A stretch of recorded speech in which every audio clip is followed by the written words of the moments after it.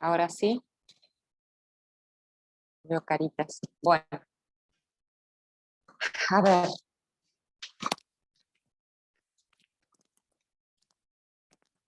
Comencemos de nuevo.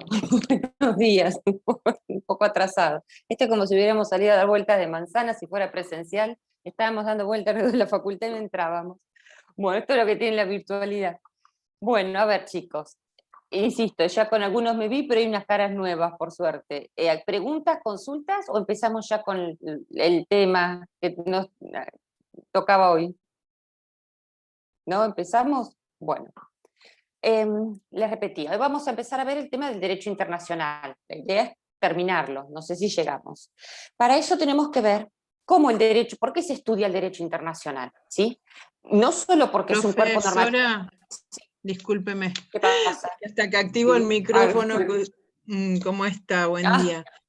Buen día.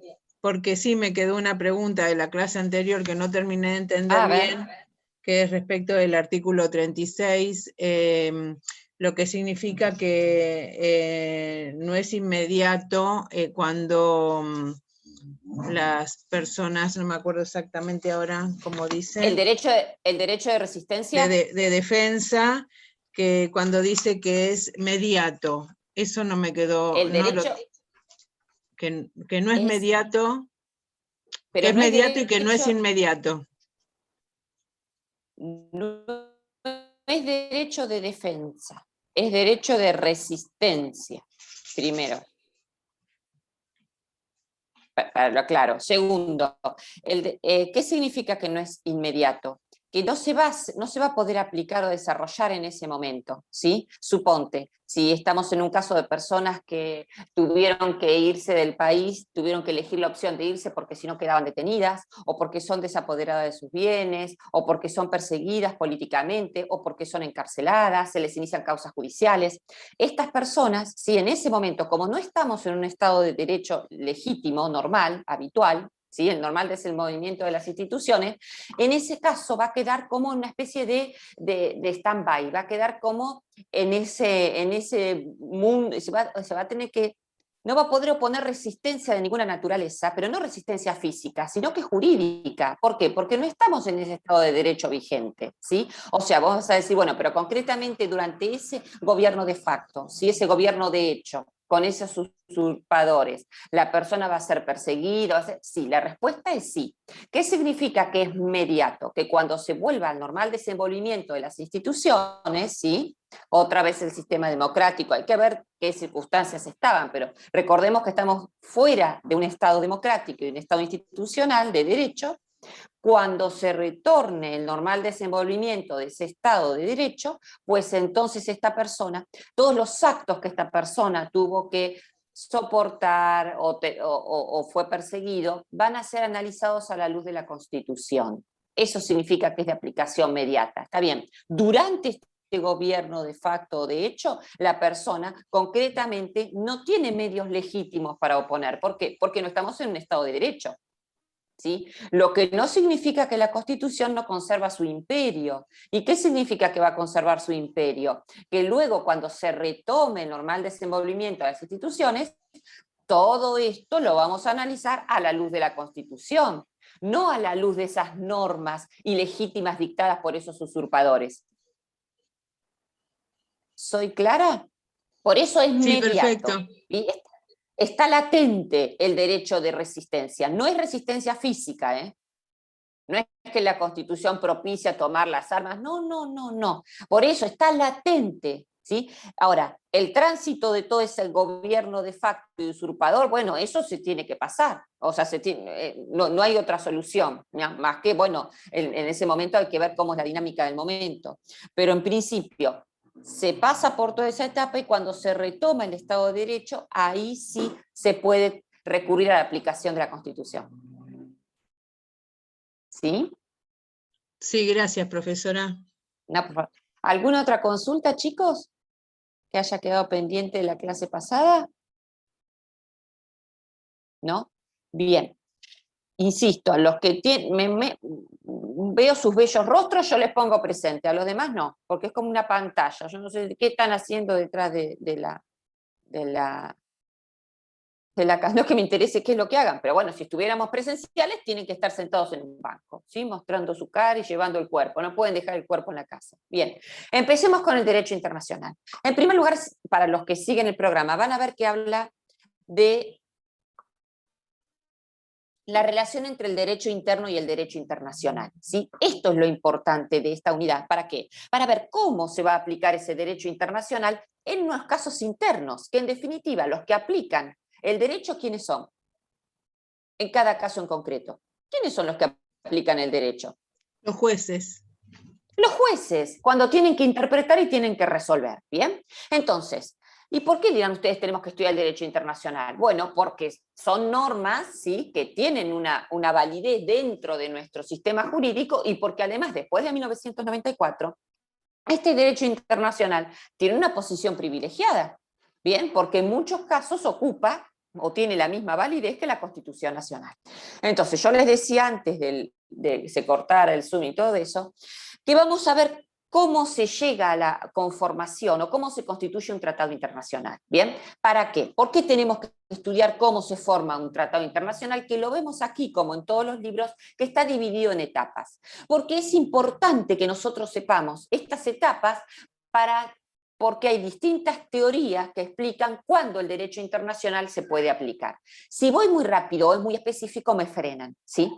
Entonces, básicamente los libros hablan de 4 o 5 etapas. La primera etapa de ellas, es una etapa de negociación, es una etapa de acercamiento, ¿sí?, o de gestación del tratado.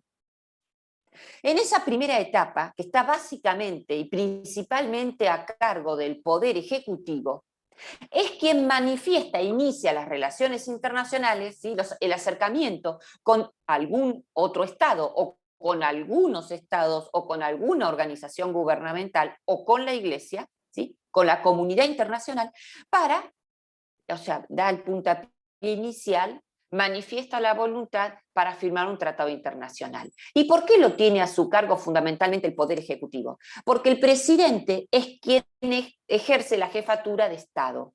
Esto lo vamos a ver en la segunda parte de la materia, cuando estudiemos Poder Ejecutivo, jefaturas. El presidente de la Nación es el jefe de Estado. ¿Qué significa que jefe de Estado? Que tiene a su cargo el manejo de las relaciones internacionales. Es la cara visible de nuestro Estado. ¿Bien? Porque no puede ir toda la comunidad, no puede ir todo el Congreso a gestionar, a interpretar algo. Tiene que ir un representante y ese representante es el presidente. Entonces, en la mayoría de los tratados, quien tiene a su cargo esta primera etapa de gestación, de acercamiento, es el Poder Ejecutivo. Salvo, hay una sola excepción, que el Poder Ejecutivo debe tener previamente una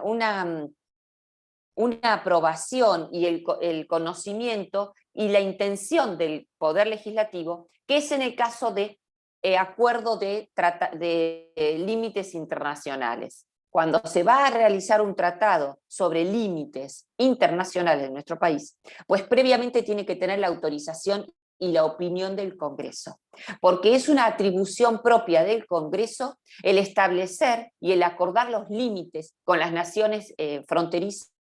Es una atribución del Congreso, no es una atribución del Poder Ejecutivo, sino que nace en el Congreso. ¿Bien? Es el único caso en el que acá actúan los dos en forma conjunta. La segunda etapa es la etapa de aprobación del tratado. Y esta etapa está en manos exclusivas del Poder Legislativo. Es decir, ese primer tratado, saquemos el ejemplo de los límites, pero ese primer tratado que fue gestado, que fue iniciado, bien, por el Poder Ejecutivo, que acordó con alguna de las naciones, fue como una especie de acercamiento con las otras naciones, ¿sí?, con la intención de decir que se va a realizar un tratado internacional sobre determinada materia y con determinadas normas, debe pasar al Poder Legislativo. Y es el Congreso quien aprueba o desecha el tratado. Esto surge específicamente en nuestra Constitución, después de 1994, del artículo 75, inciso 22. ¿Quién lo lee, por favor? A ver, Juan Cruz, ¿tenés la Constitución por ahí? Sí, profe, acá la tengo. Comienza, por favor, a leerla. El 75 75, era, ¿no? inciso... Sí, inciso 22. 22. Te hago una pregunta, Juan Cruz. Sí. Si yo te digo que estamos en el artículo 75, ¿van a ser las atribuciones de qué poder? Con el número nomás. ¿Del legislativo? Del legislativo. Acordate si en el examen hay algo que no sabés, si nosotros te decimos que está en el 75, aunque vos no tengas ni idea de lo que dice el inciso, sabés que es el legislativo. ¿Sí? Oye. Y si es el 99, es qué poder, las atribuciones de qué poder. A ver. El Ejecutivo, Otro, aunque no profesora. sea del Ejecutivo. Del Ejecutivo. ¿Sí? Cuando te decimos el artículo 99 es el Ejecutivo. ¿Bien? Bueno, pero ahora volvemos al artículo 75, inciso 22, por favor. Va. Aprobar o desechar tratados concluidos con las demás naciones y con las organizaciones internacionales y los concordatos con la Santa Sede. Punto. Los tratados y concordados tienen jerarquía. Sí. Superior a las leyes. Bien. Acá fíjense claramente, aprueba o desecha tratados. Y nos dice con quién puede el Estado argentino firmar tratados. Es decir, menciona que puede ser con organizaciones internacionales, con otras naciones o los concordatos con la Santa Sede. Recuerden ustedes que cuando la Constitución utiliza el término concordato, es un tratado internacional que se firma con la Iglesia. Y ustedes dirán, bueno, pero ¿por qué no se llama tratado internacional? ¿Qué ganas de complicar?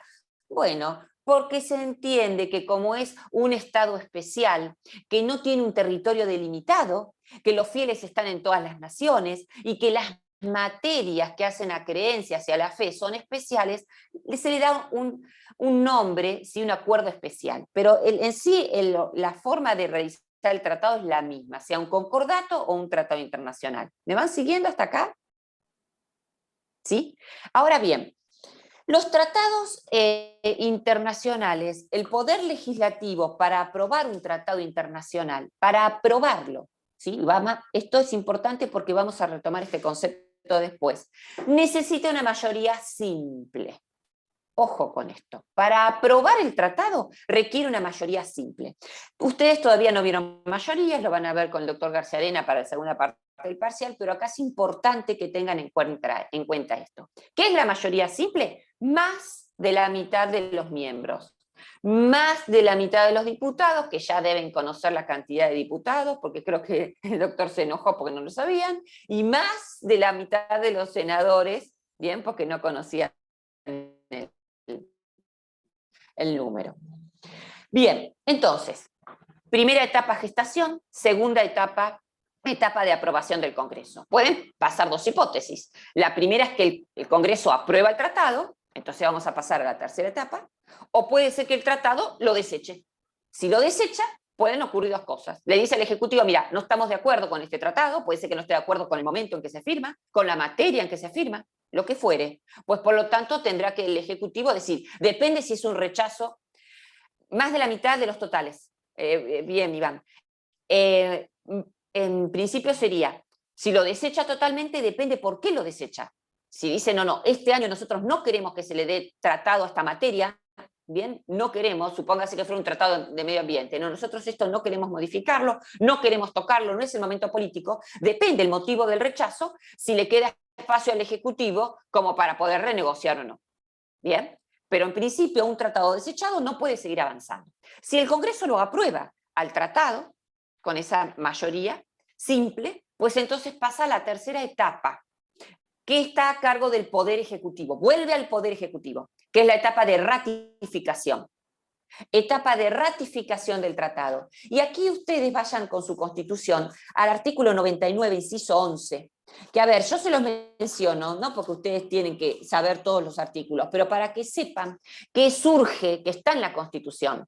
Y como recién decíamos con Juan Cruz, es una atribución que surge del Poder Ejecutivo, porque está en el artículo 99. Fíjense lo que dice la primera parte. Concluye y firma tratados. Ese concluir, la doctrina entiende que significa esta o que comprende esta etapa de ratificación. Si voy muy rápido me frenan, ¿bien? Es decir, vuelve al Ejecutivo para que el Ejecutivo diga sí, el Congreso aprobó el tratado. Pues yo ahora ¿cómo se entera el Estado con el cual firmé el tratado? Supóngase que sea la nación o el Estado italiano. o brasilero. ¿Cómo se entera? Pues entonces el Poder Ejecutivo cumple una serie de actos protocolares, ¿sí? O se reúnen en la sede del tratado y se juntan con el otro jefe de Estado a firmar, o se intercambian los documentos firmados. Es la manifestación exterior de que ese tratado, ¿sí? Argentina lo aprobó y por lo tanto queremos que tenga ya vigencia. ¿Bien? Por eso se llama etapa de ratificación. Y luego viene una etapa posterior que es la de publicación del tratado. Pero yo acá, antes de seguir con las etapas, cuarta etapa publicación, quinta etapa implementación. Ya te contesto, Sofía, ahí voy a eso. Pero me freno acá primero porque tenemos que empezar a ver lo que ustedes tienen en el programa, que habla de dos teorías que explican cómo el Estado internacional penetra o entra en nuestro Estado interno. Imagínense ustedes que tienen un bloque de derecho interno, que es el nuestro, con la Constitución a la cabeza, y todas las leyes internas, ¿sí? Y un bloque de derecho internacional, formado por todos estos tratados, concordatos, ¿sí? ¿Cómo se aplica? ¿Cómo penetra cómo hago entrar este tratado o derecho internacional a nuestro derecho interno? Acá lo estamos estudiando muy rápido, porque cuando ustedes lleguen ya casi al final de la carrera, lo van a ver muy en detalle en Derecho Internacional Público. Se ve todo esto, ¿sí? Pero acá solamente tomamos lo que nos interesa. Surgen dos teorías, la teoría monista y la teoría dualista, que solo le vamos a pedir esto. No se compliquen mucho, no necesitan mucho más. Hay un tratado de Viena de 1969, tratado larguísimo, que es como el ABC de todos los tratados internacionales, de todos los requisitos que deben cumplir los tratados internacionales. No es algo breve, yo acá se los doy muy acotado. Estas teorías monista y dualista nos explican dos caminos para incorporar el derecho internacional al derecho interno. Y cuando hablo de incorporar, ¿qué significa? Vayamos a lo práctico. ¿Cómo se aplica? ¿Cómo abro esa puerta que ya, bueno, venga derecho internacional, ese juez, ¿sí? O ¿cómo lo aplicamos nosotros en nuestra legislación interna? La teoría monista es una teoría que entiende que el derecho internacional y el derecho interno es uno solo. ¿Sí? Es todo un bloque. Por lo tanto, es más laxo, es más simple, tiene menos requisitos que exige el derecho nuestro para que una norma internacional sea aplicada. De tal manera que recién me preguntaban por la vigencia, que basta con que el Poder Legislativo apruebe el tratado. ¿Se acuerdan la etapa 2? Con que el Poder Ejecutivo apruebe el tratado y publique la ley. Siempre cuando hablamos, acuérdense, en derecho. Para que cualquier ley sea aplicable y tenga vigencia, nunca se olviden de la publicación. Eso creo que lo están viendo en Civil 1, o ya lo vieron. ¿Ya lo vieron? ¿A partir de cuándo una ley es obligatoria o tiene vigencia? Del 8º día de publicación, ¿no es? Sí, está bien, Juan Cruz, lo que decís. Primero, puede ser que esa norma tenga una fecha, ¿sí? Que diga, a partir del 8 de octubre, esta norma entra en vigencia. Entonces, por más que la publique hoy, muy bien, Sofía, por más que la publique hoy, tengo que esperar el 8 de octubre. ¿Me van siguiendo? Hasta las 0 horas del 8 de octubre. Para eso se publica, como bien dice Sofía, en el boletín oficial. Recuerden que los actos de gobierno en una república son públicos. Ahora, si la norma no dice nada, entonces, como bien dice Juan Cruz, no tiene fecha. ¿Y esto a partir de cuándo es vigente? ¿Y por qué es importante saber la vigencia? Porque todas las obligaciones que están ahí, y las tengo que cumplir. Y todos los derechos que surgen ahí, los puedo exigir. Entonces, si la norma no dice una fecha, pues va a ser, se realiza la publicación y al 8º día, corrido o hábil. Hay una diferencia entre corrido y hábil. ¿Son 8 días corridos u 8 días hábiles? ¿Cómo se cuentan? 8 días hábiles, ¿no son? No, corridos. ¿Sabes por qué? Corridos. Y esto te va a quedar para siempre. Esto te va a quedar para siempre. ¿Dónde está ese plazo? ¿En el Código Civil? Bueno, en el Sí. Código Procesal. En el Código Los Civil. plazos del Código Civil son días corridos. Ah, mira, lo había leído ayer, no me acordaba. ¿Sí? Los plazos esto te sirve para siempre, ¿sí? Cuando tengas que hacer cualquier demanda o cualquier prescripción, ¿viste? Que te dicen, no sé, 10 años, 20. Imagínate si fueran hábiles, estás toda la vida, 20 años hábiles son más o menos 80.000 años, ¿bien? Bueno, acuérdense, cuento 8 días corridos y a partir de ahí, desde las 0 horas del octavo día, es vigente. Y esto que ustedes lo deben saber mejor que yo, porque están cursando Civil 1 o Civil 2, es una presunción ¿cómo? ¿Qué presume acá la ley? Que a partir del octavo día corrido, esta ley se conoce por todos. Es una presunción de derecho, no admite prueba en contrario. ¿Puedo ir a decirle yo al juez, pero señor juez, yo no leí el boletín oficial, yo qué sabía que esto estaba publicado? No, no se puede alegar error de derecho. ¿Esto es para qué? Para dar seguridad jurídica.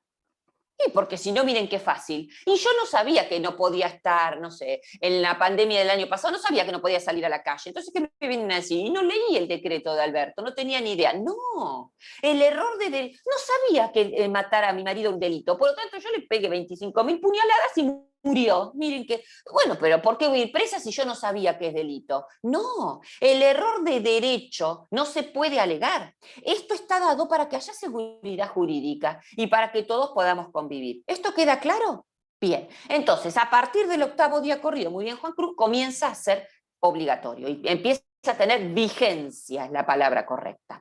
Entonces, para la teoría monista, basta con que el Congreso apruebe ese tratado, se publica la ley aprobando el tratado, ¿sí? Apruébese el tratado tanto por ley número tanto, y ahí publican todo el texto o el cuerpo del tratado y comienza a ser obligatorio. Y para la teoría monista, ya con simplemente la aprobación, sin ninguna otra etapa posterior, ya se puede, el juez, es derecho aplicable ese tratado internacional. Para la teoría dualista, es un poco más exigente. Lo mira un poco más de costado al tratado internacional. Dice, no, momento. Hay dos cuerpos normativos distintos. Uno es el derecho interno y otro es el derecho internacional. No tienen nada que ver uno con otro, son paralelos y solo en forma excepcional y bajo ciertas circunstancias o requisitos permitimos que el derecho internacional se aplique y tenga vigencia en el derecho interno. Bien, entonces, siguiendo esta teoría, se debe pasar por la etapa de ratificación del Poder Ejecutivo. Recién cuando el Poder Ejecutivo ratifica ese tratado, es que se publica el decreto con la ratificación y a partir de ahí recién el derecho internacional está vigente. ¿Entienden la diferencia o soy clara al explicarlo? Bien.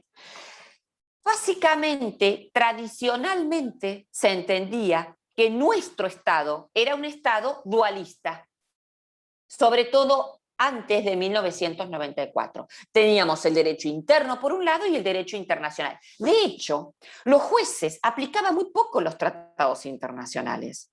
No es como ahora que enseguida se fundan las demandas y se aplica, la Corte mismo habla del Tratado de Derechos del Niño, de los adolescentes, de la mujer. Antes no era así. Es más, nosotros en Constitucional prácticamente no hablábamos del derecho internacional. A partir de 1900, o sea, éramos un Estado dualista. Si ustedes siguen por todos los libros que están leyendo, van a decir que es un Estado dualista, ¿sí? Bien separados del derecho internacional del derecho interno. A partir de 1994, con el artículo 75, inciso 22, nuestro Estado, como dice Sagüez, pasa a ser como un Estado monista atenuado, ¿sí? O dualista atenuado. Está un poco más laxo, ya nosotros tenemos mayor cantidad de excepciones a ese dualismo tan acentuado. Permitimos que haya una mayor circulación entre el derecho internacional y el derecho interno. ¿Y por qué digo a partir del 75, inciso 22, perdón, porque ahora lo vamos a estudiar? Porque directamente ese artículo menciona tratados internacionales. Ya la misma Constitución incorporó a los tratados internacionales. ¿Me van siguiendo hasta acá? ¿Sí? ¿O es muy complicado? Bien. Entonces, entendemos la etapa tenemos la etapa de gestación, la etapa de aprobación, ratificación. Nunca se olviden de la etapa de publicación. Recuerden, cada vez que hablamos de normas, para que tengan vigencia, sí o sí deben tener esta etapa de publicación. Y hay una quinta etapa, que es la etapa de implementación. Es decir, ¿cuándo se implementan las normas de un tratado internacional? ¿Cuándo se van a aplicar? Bueno, acá básicamente el derecho internacional divide, y nosotros recogemos, divide dos tipos de normas, porque hay normas que tienen carácter operativo, esto quizá incluso lo vieron con el doctor Pagni cuando vieron clases de normas. Hay normas que tienen carácter operativo y normas que tienen carácter programático. ¿La vieron la clasificación con Oscar? ¿No? Normas de carácter operativo significa que la sola norma, la sola mención de la norma, del artículo, ¿sí? de esa ley que se está tratando o de ese tratado, ¿sí? Por sí solo, desde que tiene vigencia, se aplica. Puedo exigirle al juez que la aplique. No se necesita ningún otro tipo de decreto, ni de norma, ni de nada como para que pueda ser aplicado. Directamente puedo pedirle, exigirle al juez que cumpla con lo que dice esa norma.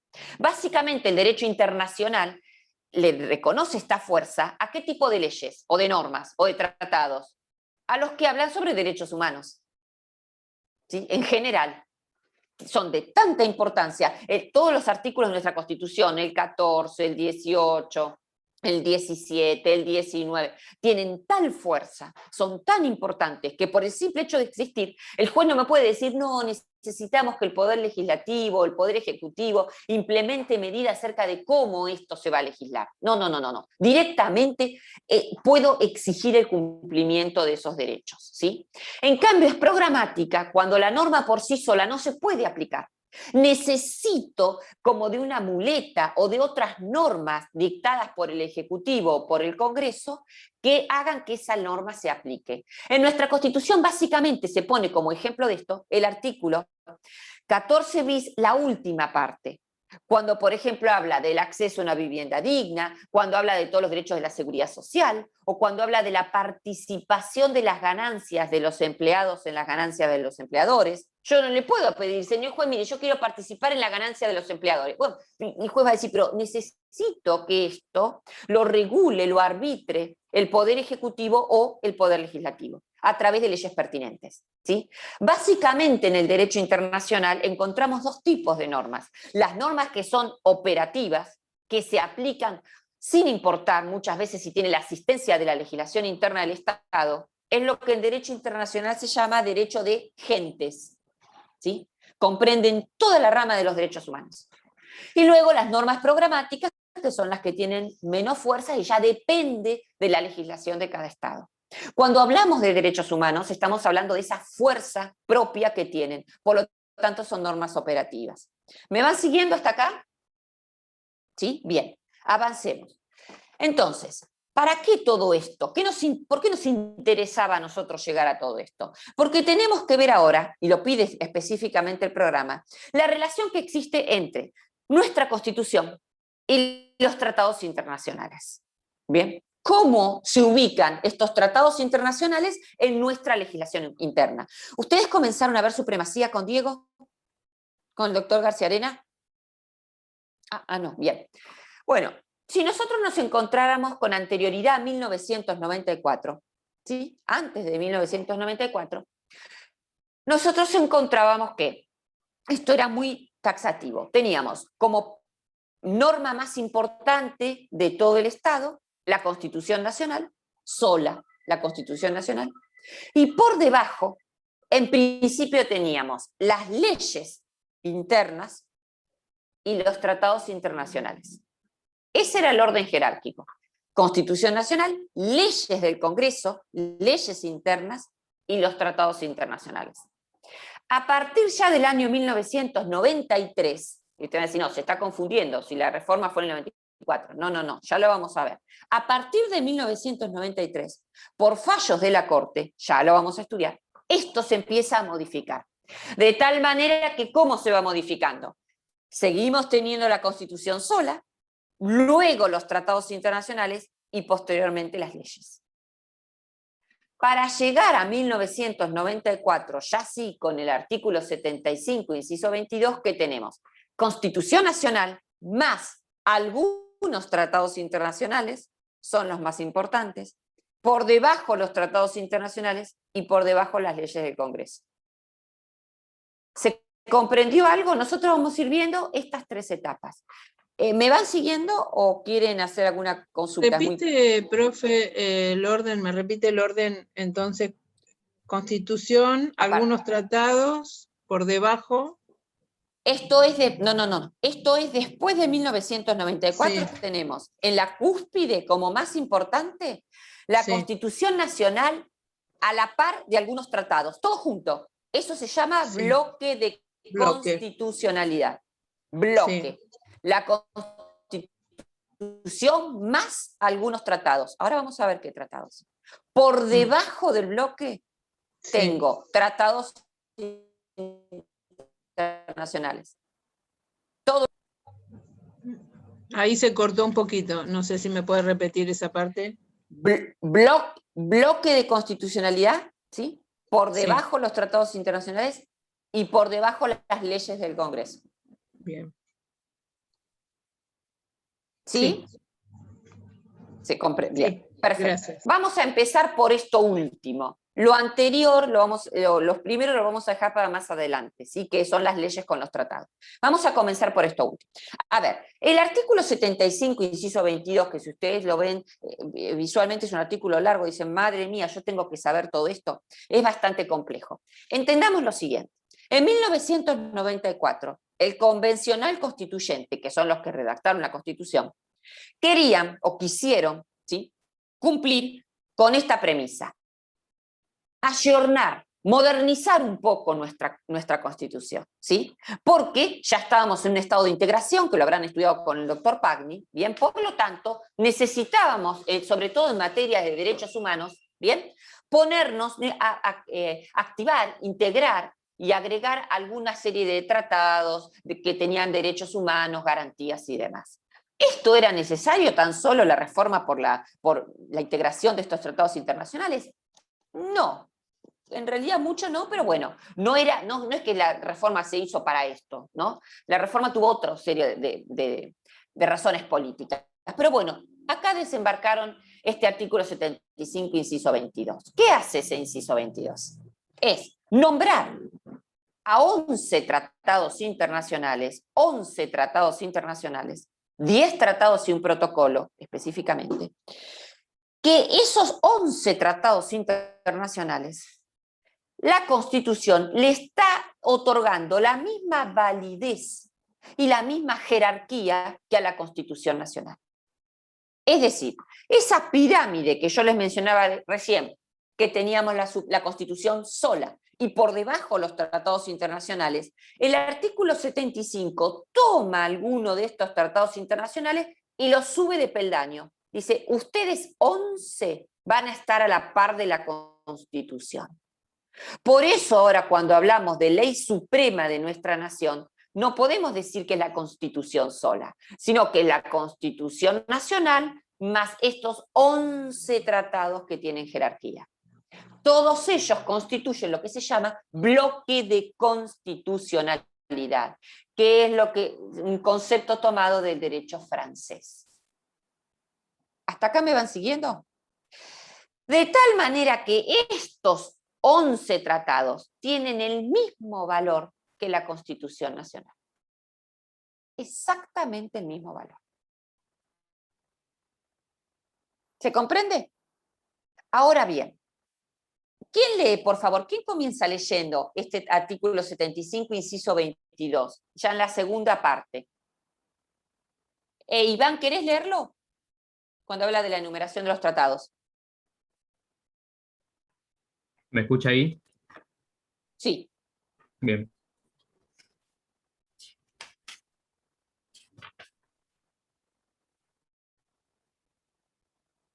¿Donde dice la Declaración Americana?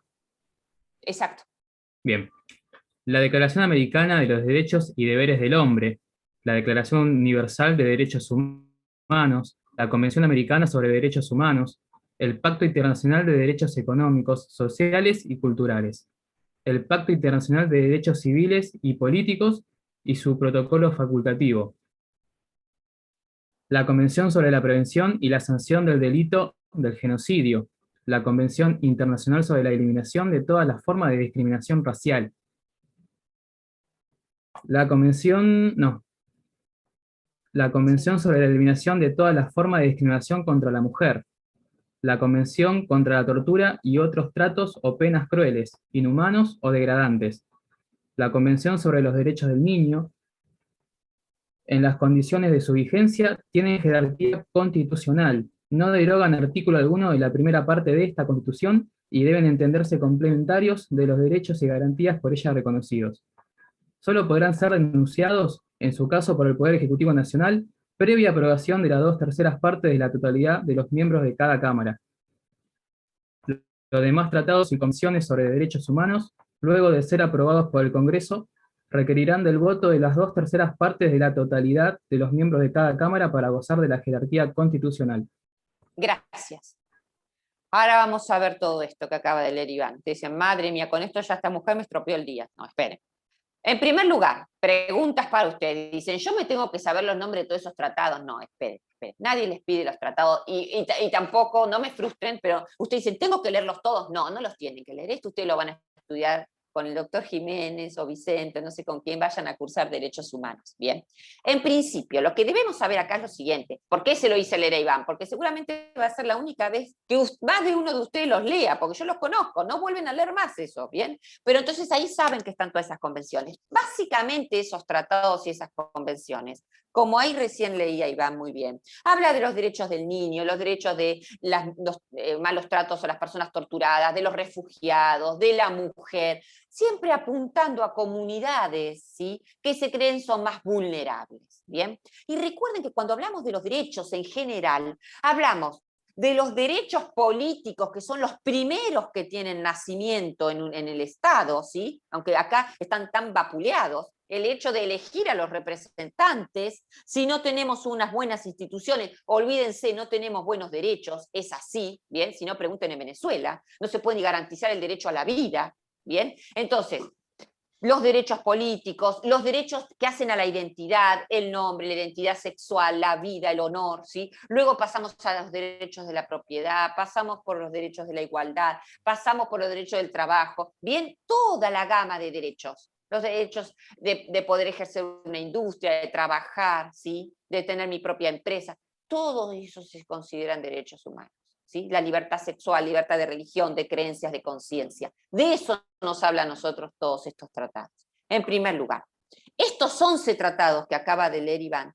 la Constitución, insisto, los subió de jerarquía, los puso a la par de ella. ¿Vale tanto? El artículo 14 de la Constitución, que habla del derecho de los derechos en general, como el artículo 27 de la Convención de los Derechos del Niño, sí, tienen la misma jerarquía. Tienen la misma jerarquía. Prima facie, lo que nosotros podemos observar acá, ¿qué es lo que se hace al incorporar estos tratados y otorgarle jerarquía? ¿Qué se hizo con la Constitución? Al menos con los derechos. ¿Qué les parece a ustedes? Se ampliaron derechos. Se ampliaron. En cierta forma se reformó la Constitución, ¿sí o no? Ampliar es reformar, ¿o no? Uno puede reformar algo porque suprime o porque amplía. Usted dice, bueno, pero fue para mejor. Sí, no estoy criticando, pero se amplía, como bien dice Graciela, y ampliar es una reforma en la Constitución, ¿verdad? Bien, esto ahora después lo digo porque lo voy a hilvanar con otro tema. Entonces, en principio, el convencional constituyente dijo, venga estos 11 tratados, que les vamos a dar la misma jerarquía. Fíjense ustedes, y esto es importante, bien, de la parte que leyó Iván, fíjense en qué condiciones le otorga jerarquía, porque dice algo al respecto. Vengan todos estos tratados, los subimos de escalón, ¿bien? Queda a la par de la Constitución, pero fíjense ustedes en qué condiciones. En primer lugar, en las condiciones de su vigencia. Primera característica, en las condiciones de su vigencia. ¿Qué significan en las condiciones de su vigencia? Que recién también se escapa otra palabrita. En derecho internacional, cuando hablamos de tratados internacionales, tenemos dos palabritas que hacen a la validez de un tratado. Uno es la denuncia y otro es la reserva. Son dos términos distintos.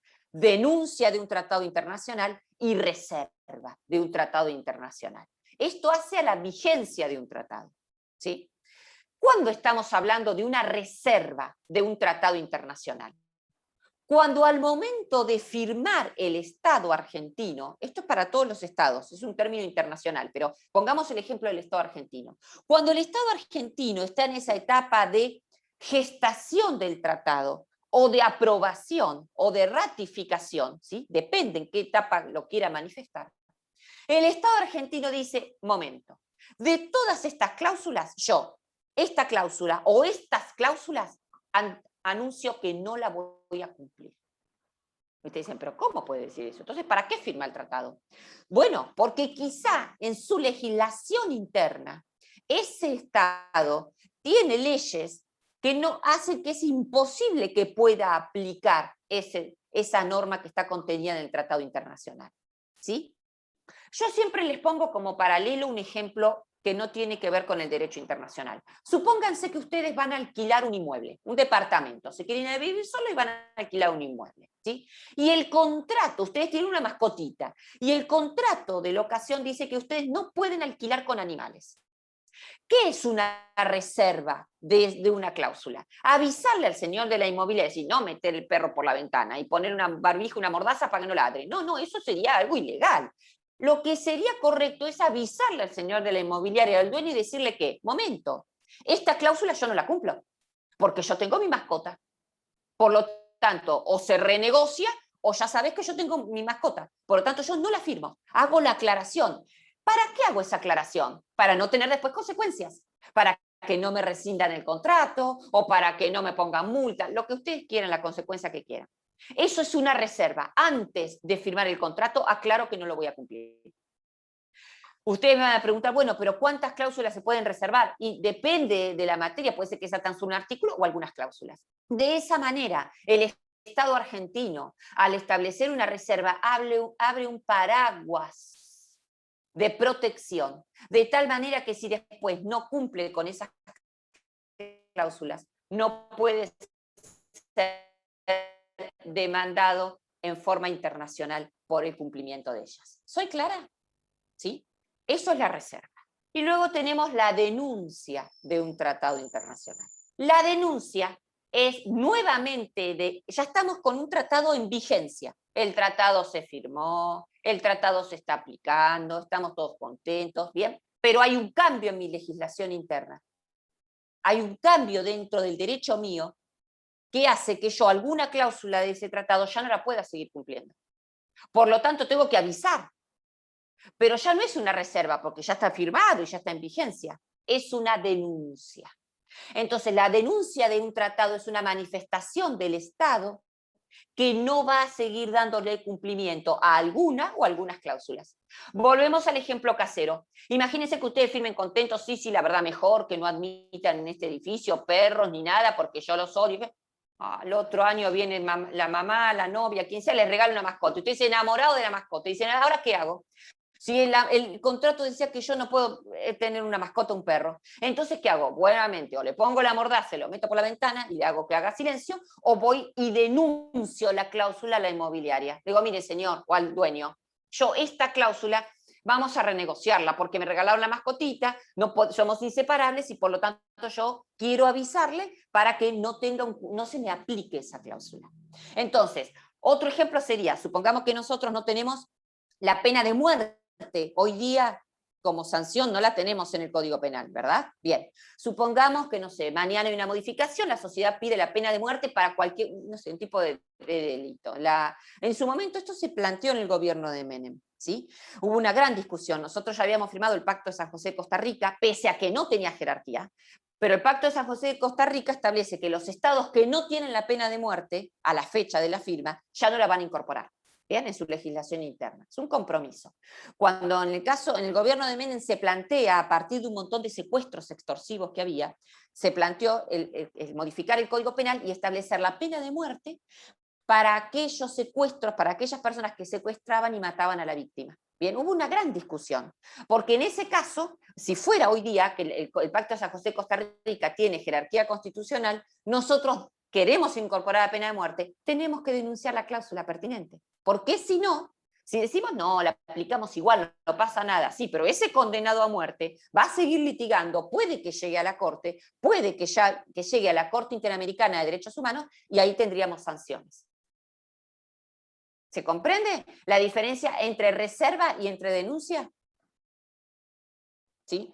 No es tan sencillo todo. Yo les dije, cuando vean derecho internacional público, quizás se acuerden y me van a ver que hay un montón de requisitos para hacer reservas y denuncias. Esto está explicado para que nosotros podamos entender hoy el artículo. No es que el Estado alegremente un día dice una cosa, otra, no. En la comunidad internacional, al revés de lo que nosotros vemos acá, que es nuestro Estado, ¿sí? Que acá nuestra política de derecho o de relaciones internacionales es esquizofrénica. Viene un jefe de Estado y hace una cosa. Tenemos relaciones carnales con Estados Unidos, como pasaba en la época de Menem. Después regresamos a relaciones carnales con Venezuela, Cuba e Irán. Después vuelve otra época en que nosotros... Es esto así, es una cosa, no tenemos palabra internacional. Y usted dirá, bueno, a mí qué me interesa. No, estamos insertos en una comunidad. Esto es como que a usted no les interesara a los vecinos. A mí qué me importa a los vecinos, yo no los saludo, los escupo, le digo, no, pero estamos en una comunidad internacional. Tomo deudas, no les pago. Eso no conduce a nada. ¿Sí? Es terrible la política internacional de nuestro Estado, verdaderamente. Pero bueno, avancemos. Entonces, cuando dicen las condiciones de su vigencia, ¿qué significa? Que en 1994, cuando los convencionales constituyentes incorporan estos 11 tratados, los tomaron con todas las denuncias y con todas las reservas que había hecho el Estado argentino. ¿Sí? Como que le sacara una foto a ese momento. Cuando uno va a incorporar un tratado internacional, tiene que tener en cuenta no solo el tratado internacional, sino que todas las denuncias y todas las reservas. Así lo aceptamos y así lo incorporamos. Se supone que los convencionales que incorporan estos tratados o que incorporaron estos tratados no son como ustedes, los leyeron a todos, artículo por artículo, para ver si tenía alguna diferencia o alguna contradicción con el resto de la Constitución. ¿Bien? Primer requisito, se aceptan o se incorporan en las condiciones de vigencia. Segundo requisito, no derogan artículo alguno de la primera parte de la Constitución. Ustedes no saben las discusiones doctrinarias que esto trajo. Yo me acuerdo que iba a congresos y hablaban sobre esto. Se llegaron a crear tantas teorías porque dice la primera parte. Entonces empezaban a especular. Ojo, hay dos partes. Y nos quieren decir entonces que la primera es más importante que la segunda. Era todo como un culebrón mexicano, en cierta forma, porque entonces quiere decir que la segunda parte es menos importante. Entonces quiere decir que sí puede derogar a un artículo de la segunda parte. Esto con el tiempo se fue calmando, los doctrinarios se fueron serenando y la Corte también ayudó con su doctrina. ¿Por qué menciona la primera parte de la Constitución? ¿Qué les parece a ustedes? Esos tratados, ¿sobre qué hablan fundamentalmente? A ver, Ludmila, que me parece que lo querés decir. ¿Sobre qué habla estos tratados, básicamente? De derechos humanos. Derechos y garantías. ¿Y la primera parte de la Constitución de qué habla? De declaraciones de derechos y garantías. Por eso habla de la primera parte de la Constitución. Usted dice, bueno, pero lo podría haber redactado mejor. Y sí, chicos, tienen razón. La verdad que los convencionales que fueron estas CBs en el 94, no sé qué pasaba, pero estaban un poco distraídos, de tal manera que hasta se olvidaron de incorporar un artículo y no lo juraron. Después lo tuvieron que hacer por ley. Mamarracho, estamos de acuerdo, pero estaban distraídos los muchachos. Pero bueno, en este caso, al hablar se entiende que estos tratados que se incorporan no van a derogar ninguna cláusula de la Constitución. Fíjense ustedes lo que decía, relaciono con lo que decía Graciela, amplía, pero no deroga tratados. Está modificando la Constitución, pero no deroga derechos, perdón, no tratados, no deroga derechos. ¿Bien? Y el tercer requisito es, deben entenderse complementarios de los derechos y garantías por ella reconocidos. ¿Qué significa esto? Acá le está hablando a los jueces también. Que la Corte lo dijo muchas veces. ¿Qué pasa Si dentro de ese bloque la Constitución dice algo en relación a una garantía o a un derecho, y el tratado dice otra cosa. Y usted dice, bueno, pero no me acaba de decir que lo leyeron a todos y que todo coincide. Si hubiere alguna diferencia entre lo que dice la Constitución y lo que dice el tratado, ¿qué aplicamos? ¿Qué dijo la Corte? Y acá vamos a tomar su criterio. Lo que sea más beneficioso, lo que sea más garantista para el derecho que se trate, lo que sea más amplio, lo que acoja mejor al derecho. No hagamos pelear las normas de la Constitución con las de los tratados que tienen jerarquía. Acá tomamos normas de interpretación, se integra el derecho. No hay una fórmula matemática, depende en cada caso si es la Constitución o si es el tratado lo que está tratando de manera más amplia y más garantista el derecho.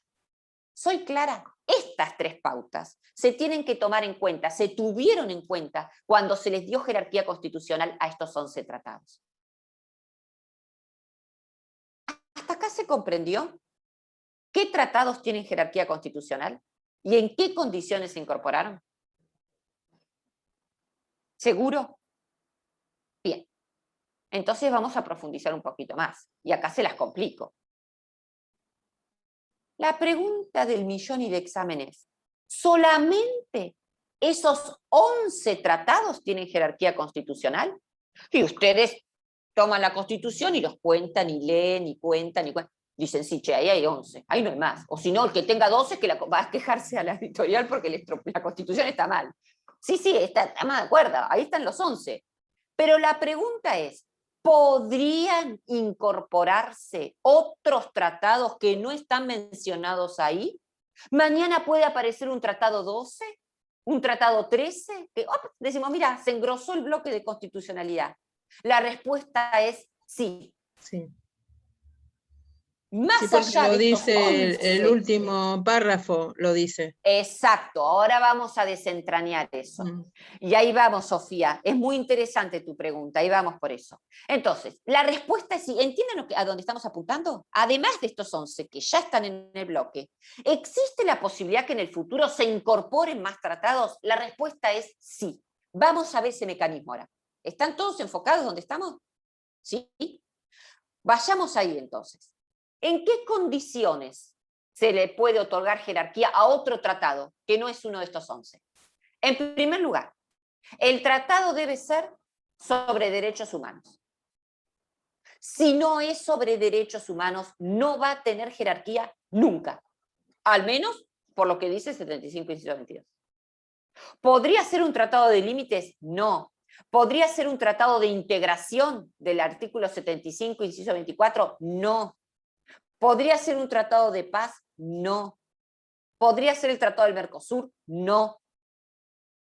Solo sobre derechos humanos. La materia debe versar sobre derechos humanos. Primer requisito. Segundo requisito. Es un requisito formal. El anterior un requisito de fondo, la materia. Un requisito formal. Para que pueda tener jerarquía, supongamos si es un tratado de derechos humanos, para que pueda tener jerarquía tiene que ser otorgada la jerarquía expresamente por el Congreso. Tiene que haber una votación expresa del Congreso con una mayoría súper absoluta.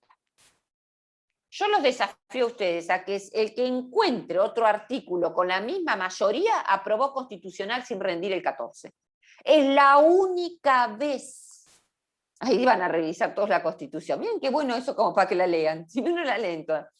Es la única vez que la Constitución Nacional habla de una mayoría agravada de esta naturaleza. Agravada no porque se agrave. La forma de una mayoría reforzada se llama agravada. Fíjense ustedes, 2/3 partes de la totalidad. Acá no hay discusión si es sobre los presentes, lo dice, 2/3 partes sobre los totales. Rebobinemos. Entonces, ¿se puede otorgar jerarquía constitucional a algún otro tratado más de los que aparecen mencionados acá de estos 11? Sí. Siempre y cuando tengan estos requisitos. Primero, el tratado sea sobre derechos humanos. Segundo, lo vote el Congreso específicamente a esta supremacía. o a este otorgar jerarquía. Y tercero, lo vote con una mayoría especial de 2/3 partes de los miembros totales. Preguntas de examen. Entonces, el Congreso, en el mismo acto en que aprueba, ¿ya significa que tiene jerarquía el tratado?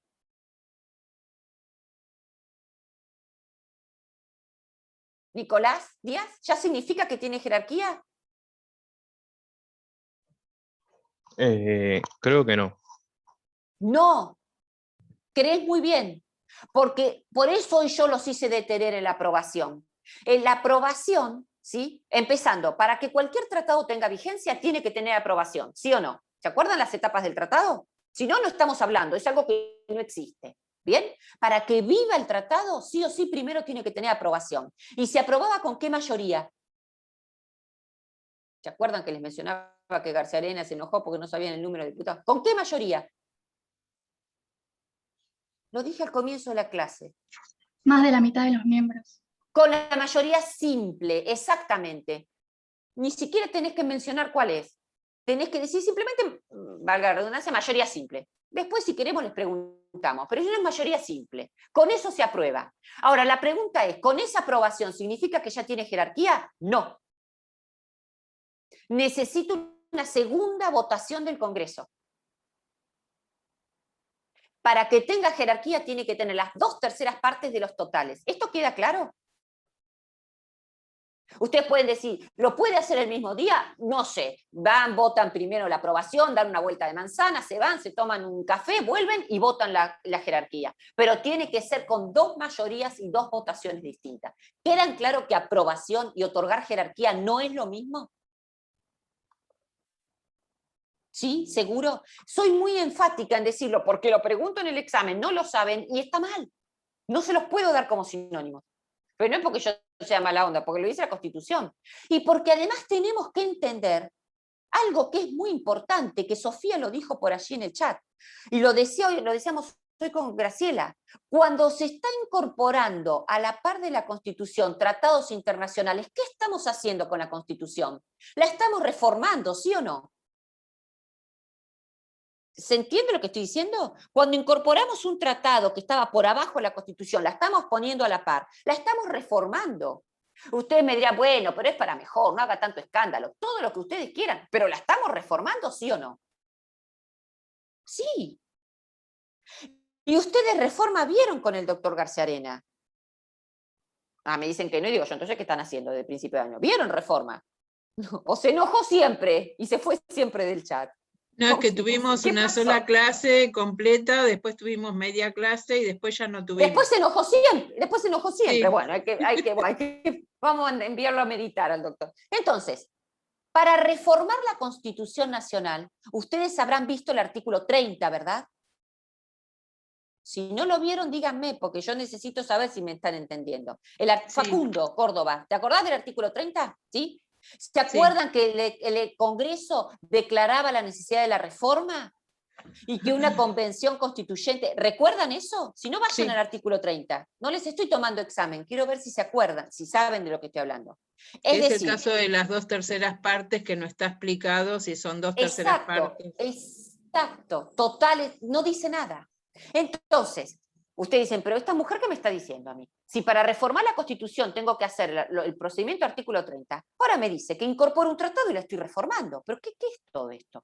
Bueno, precisamente que nosotros, a través del artículo 75, inciso 22, estamos reformando la Constitución por un mecanismo que no es el establecido por el artículo 30. Es lo que Sagüez dice, que hay como una modificación por una ventana. Y acá viene ¿por qué voy a esto? Porque muchas veces en el examen, cuando nosotros le preguntamos mayoría para reformar la Constitución, ustedes nos dicen 2/3 partes sobre los totales. A ver si ustedes lo entendieron así, o se los explicaron así. 2/3 partes de los totales, cuando les hablan del mecanismo de reforma. Y está mal. Y ustedes dicen, no, pero ¿cómo está mal? Si estoy reformando, y el 75, inciso 22, me habla de una mayoría muy grave para incorporar tratados. Entonces, si para incorporar tratados que reforman la Constitución tengo esa mayoría, para reformarla también, está mal. Cuando hablamos de reforma de la Constitución, como recién acaba de decir Graciela, dice 2/3 partes, al menos. ¿Dice en la Constitución de ustedes totales presentes o totales? No dice nada. Entonces ustedes no digan cosas que no dijo el convencional. Porque si ustedes afirman eso, está mal. Entonces se generó una laguna que después va a haber en cada caso. Hubieron reformas que salieron sobre los totales y hubieron reformas que salieron sobre los presentes.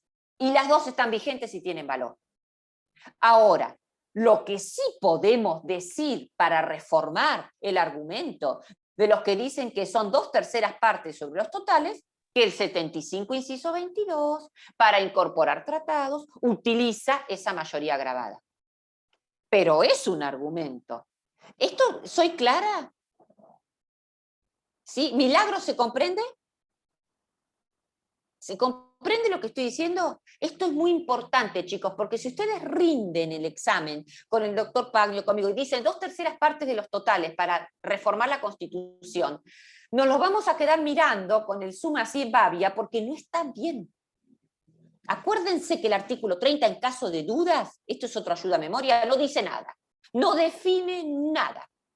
¿Sí? Esto es como político en campaña, no definen nada, están así, ¿no? Es como un equilibrio, no quieren decir nada. Como Alberto ahora haciendo equilibrio entre Cristina y todo, que no sabe ni para dónde ir. Es lo mismo. El artículo 30 es lo mismo. En caso de duda, ustedes digan, no, no lo dice. ¿Bien?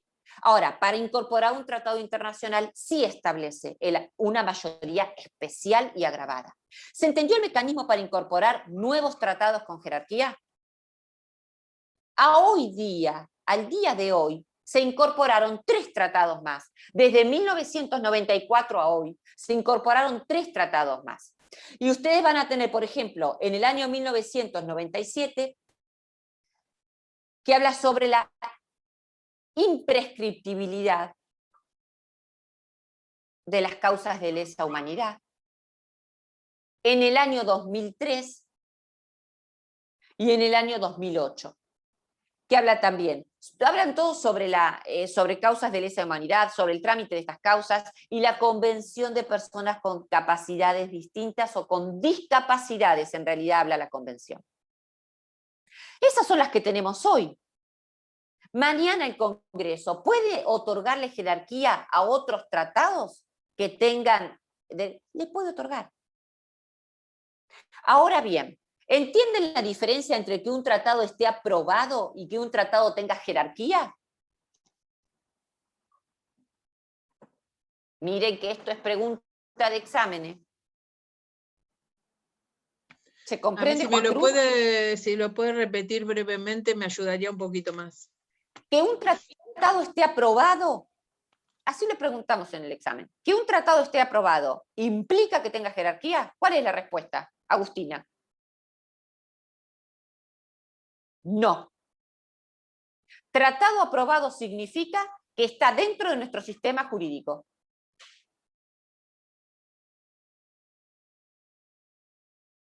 Que un tratado puede otorgarle jerarquía constitucional a un tratado sobre límites. Lautaro, ¿puede otorgarle jerarquía a un tratado internacional sobre límites?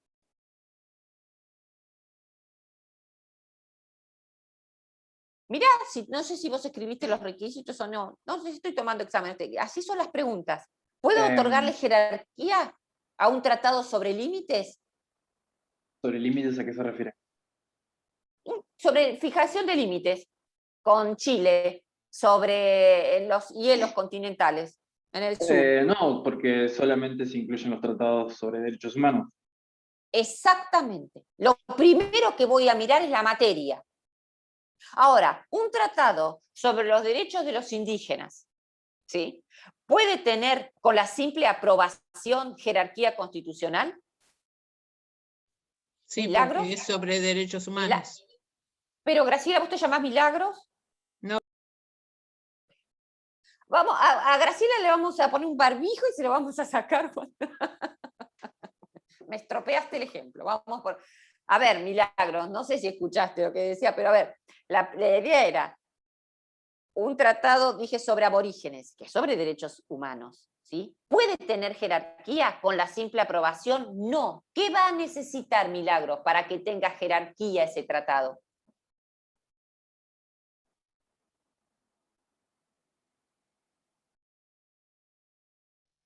No necesitaría la aprobación de las 2/3 partes totales ¿De qué?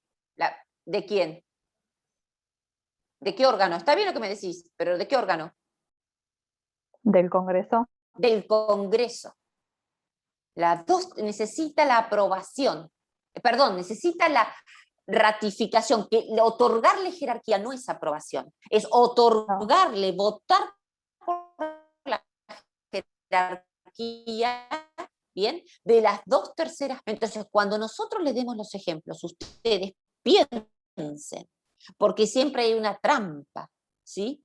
No digo con esto que los docentes somos tramposos, pero siempre los hacemos pensar. La materia, como recién analizaba Lautaro, ¿sobre qué tema es el tratado? Y no es porque sea derechos humanos, no digan ya automáticamente sí, no, esperá a ver qué pasó, qué hizo el Congreso. Y el Congreso tiene que votar siempre dos cosas. Una es la aprobación, que va para todos los tratados, y otra es otorgarle específicamente jerarquía. ¿Sí?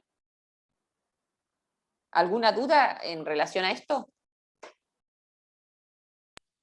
Voy a hablar, profe, no se enoje. Sí. Sería primero entonces por orden la jerarquía, que se reconozca primero la jerarquía, y en segundo término sería que lo apruebe el Congreso. No, al revés. Ah. Al revés. ¿Sí? Primero te tienen que aprobar el tratado. El tratado, la aprobación es la ropa interior. Y darle de supremacía es el saco. Porque si no se aprueba una norma, un tratado internacional, no existe. Ni siquiera nos sentamos a hablar. Es un extraño ese derecho internacional.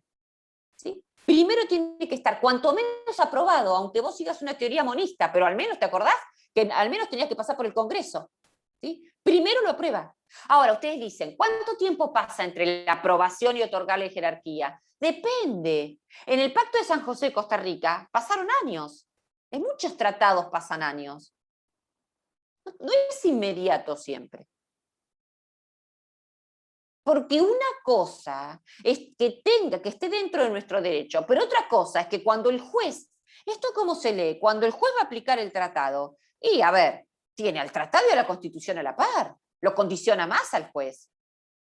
Que de hecho, es curioso, yo estoy haciendo un posgrado sobre derecho constitucional, y el otro día precisamente hablaba sobre el control, el módulo, y nos decía, me llamó poderosamente la atención, que la Corte Argentina está mutando de criterio en cuanto a otorgarle validez a los fallos de la Corte Interamericana y al Tratado Internacional. Está siendo cada vez más restrictiva. Fíjense, ¿eh? Qué curioso. Cada vez está como dándole menos importancia, menos aplicación al Tratado Internacional, como que se estaría volviendo a cerrar nuevamente. Es curioso esto, ¿eh? Es una tendencia, hay que ver cómo evoluciona. ¿Bien?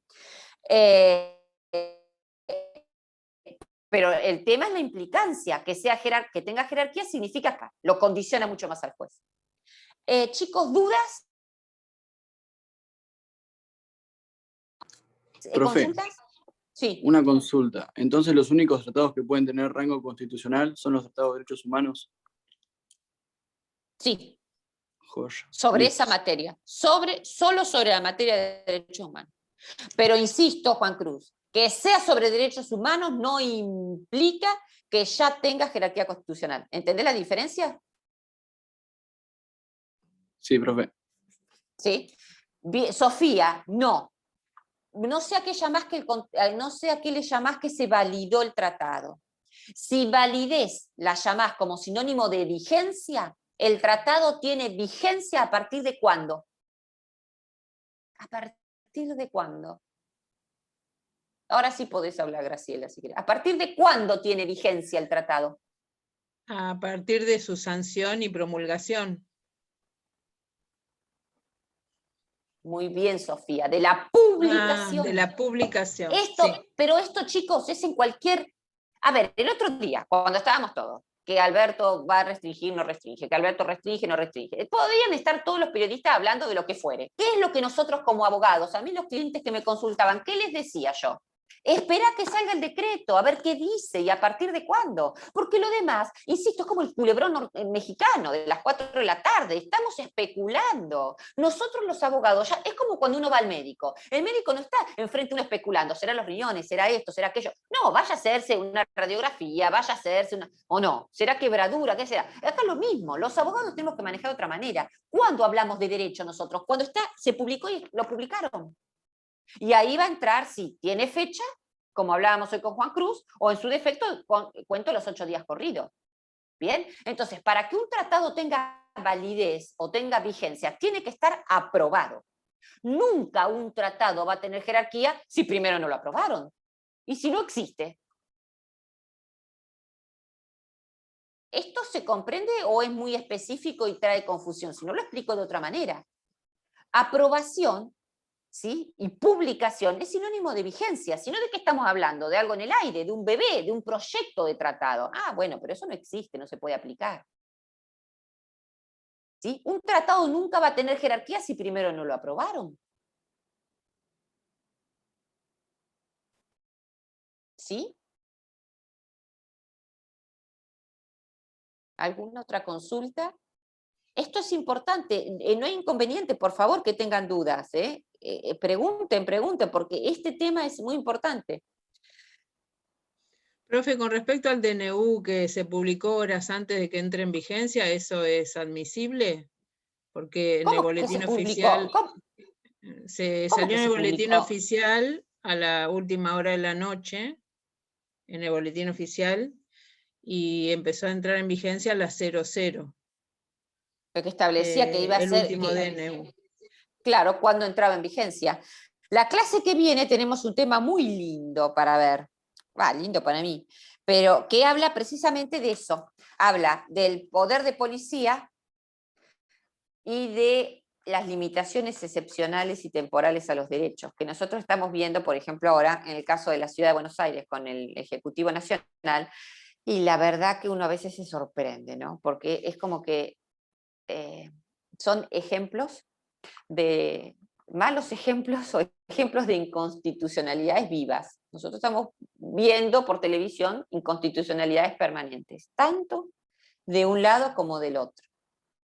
Bien, pero acá creo yo que tenemos que tener una mirada, nos tenemos que poner unos anteojos especiales, que es que estamos en un año electoral y que están todos en campaña. Bien, entonces vamos a ver, y en el medio nosotros. O sea, no, nosotros no, en este caso los de Capital Federal que tienen los hijos que van a los colegios.